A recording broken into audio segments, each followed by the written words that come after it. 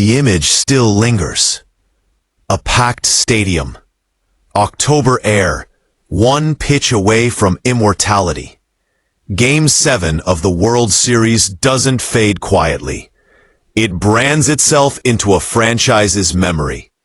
For the Toronto Blue Jays, that night against the Los Angeles Dodgers wasn't just a loss. It was a fracture line between what was almost achieved and what still remains unfinished. They were close. Painfully close. And that's why this off-season matters. Because teams that taste October and come up short don't rebuild. They recalibrate. They obsess.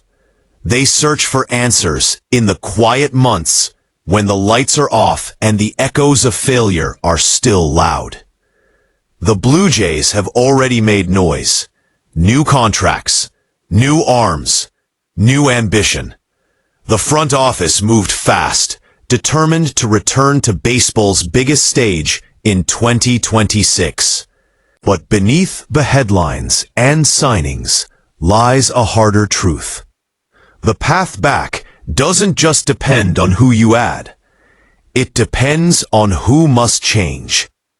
And two names now sit at the center of Toronto's unresolved tension. Two players signed with championship expectations.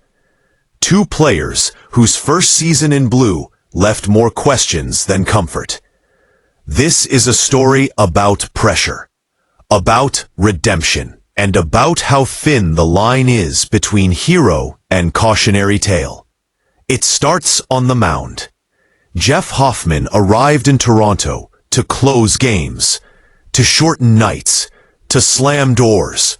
The role is simple on paper, brutal in reality. 71 appearances later, the numbers told an uneven story. A 4.37 ERA, 9 losses, 33 saves that rarely felt easy. And yet, October changed everything. As the postseason unfolded, Hoffman transformed. The fastball had bite again.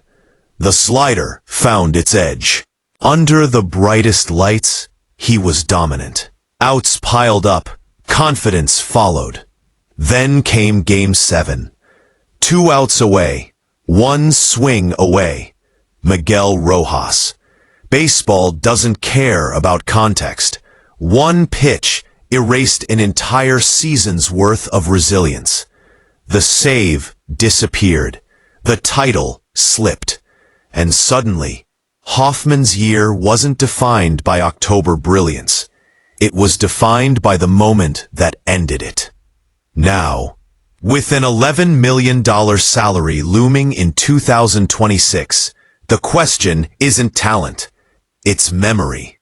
Can a closer outrun the image of the pitch that got away? Can confidence survive a moment that big? Toronto doesn't need Hoffman to be perfect.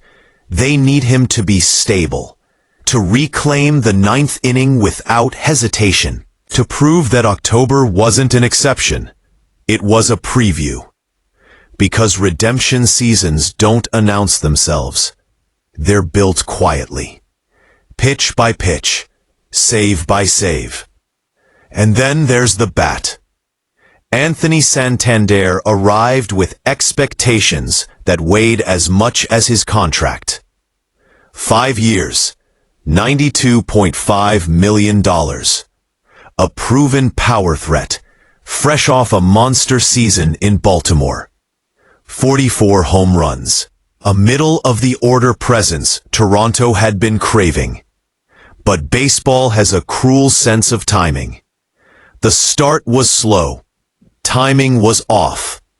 Then the injuries came. A left shoulder issue derailed his summer.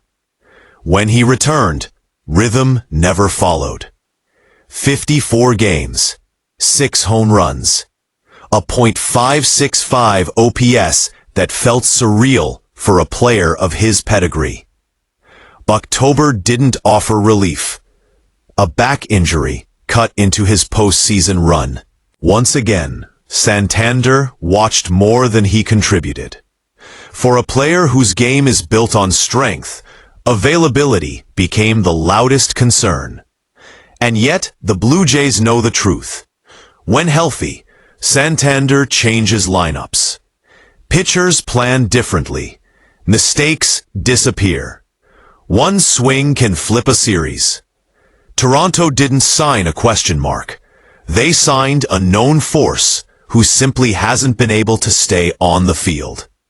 That's why 2026 isn't about reinvention for Santander. It's about presence. 100 games, one full season, one chance to remind everyone why that contract existed in the first place. Together, Hoffman and Santander represent the Blue Jays' most uncomfortable reality. The roster is talented, deep, dangerous, but championships aren't won by potential. They're won by execution when the margins disappear. Toronto doesn't need miracles. They need reliability. A closer who can breathe in the ninth inning.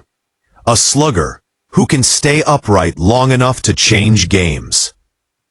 The front office has done its part. The money has been spent.